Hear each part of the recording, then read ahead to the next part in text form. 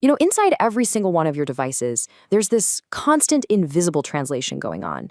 It's like a conversation between two totally different languages. So today, we're going to pull back the curtain and meet the tiny, brilliant component that makes that whole conversation even possible. Yeah, just think about it for a second. Your favorite song, right now, on your phone, it's just a long, silent file of ones and zeros. That's it. So how in the world does that digital code transform into the rich, actual sound waves that reach your ears? That's the big question we're diving into today.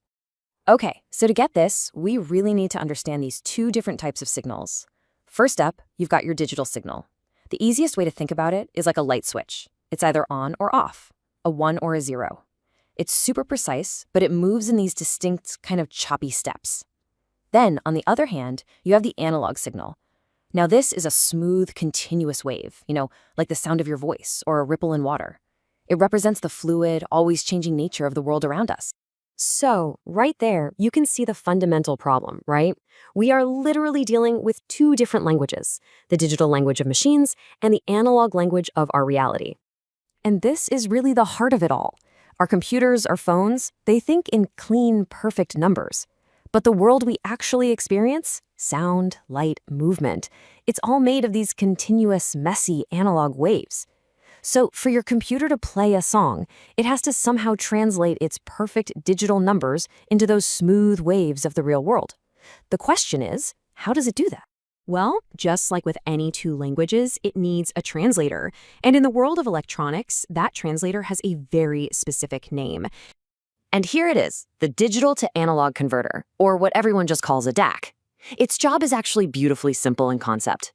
It takes that stream of binary numbers from the computer and converts it into a continuously varying voltage or current, an analog signal.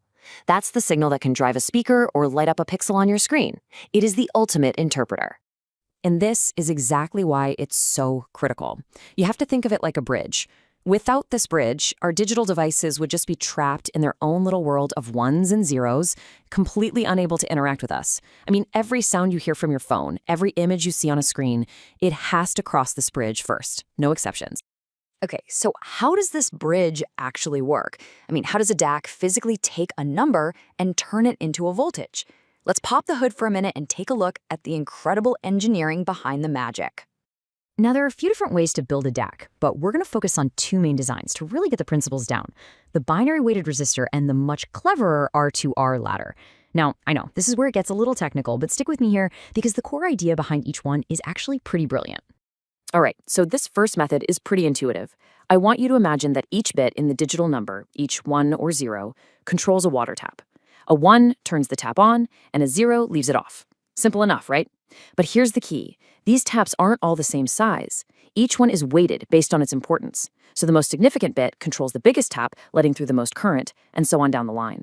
Then an amplifier simply adds up all the current flowing from the open taps to create one single analog voltage level. Pretty straightforward. But, and there's always a but, isn't there? Here's the catch. For this to work accurately, especially for something like high-resolution audio, you need a huge range of resistors that are perfectly precise. And I mean perfect.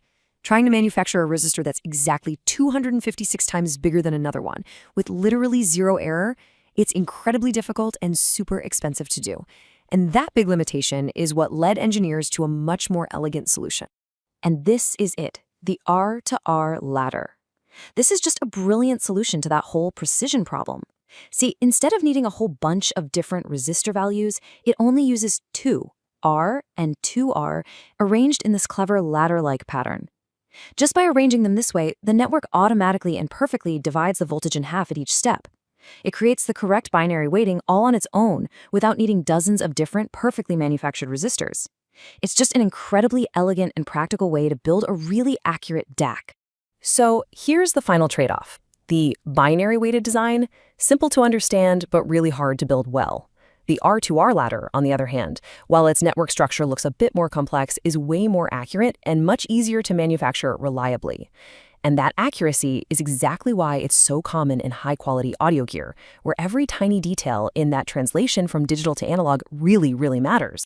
Okay, so we've been deep in the technical weeds there for a bit. Let's zoom back out and see where you actually run into these amazing little translators in your everyday life. And the answer you're going to find is, well, everywhere.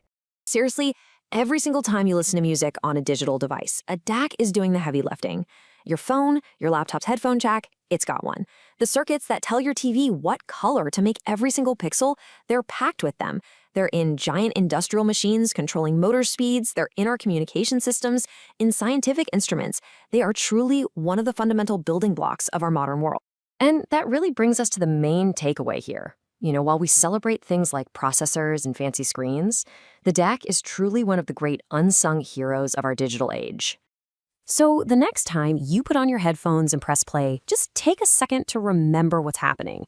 That silent file of ones and zeros is being meticulously translated thousands of times every single second into a smooth, beautiful analog wave by a DAC.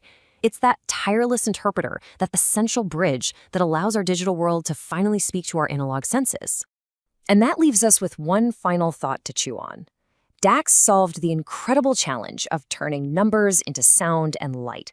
But as technology keeps racing forward, what's the next great translation challenge? How are we going to bridge the gap between, say, a digital thought and physical touch, or even scent?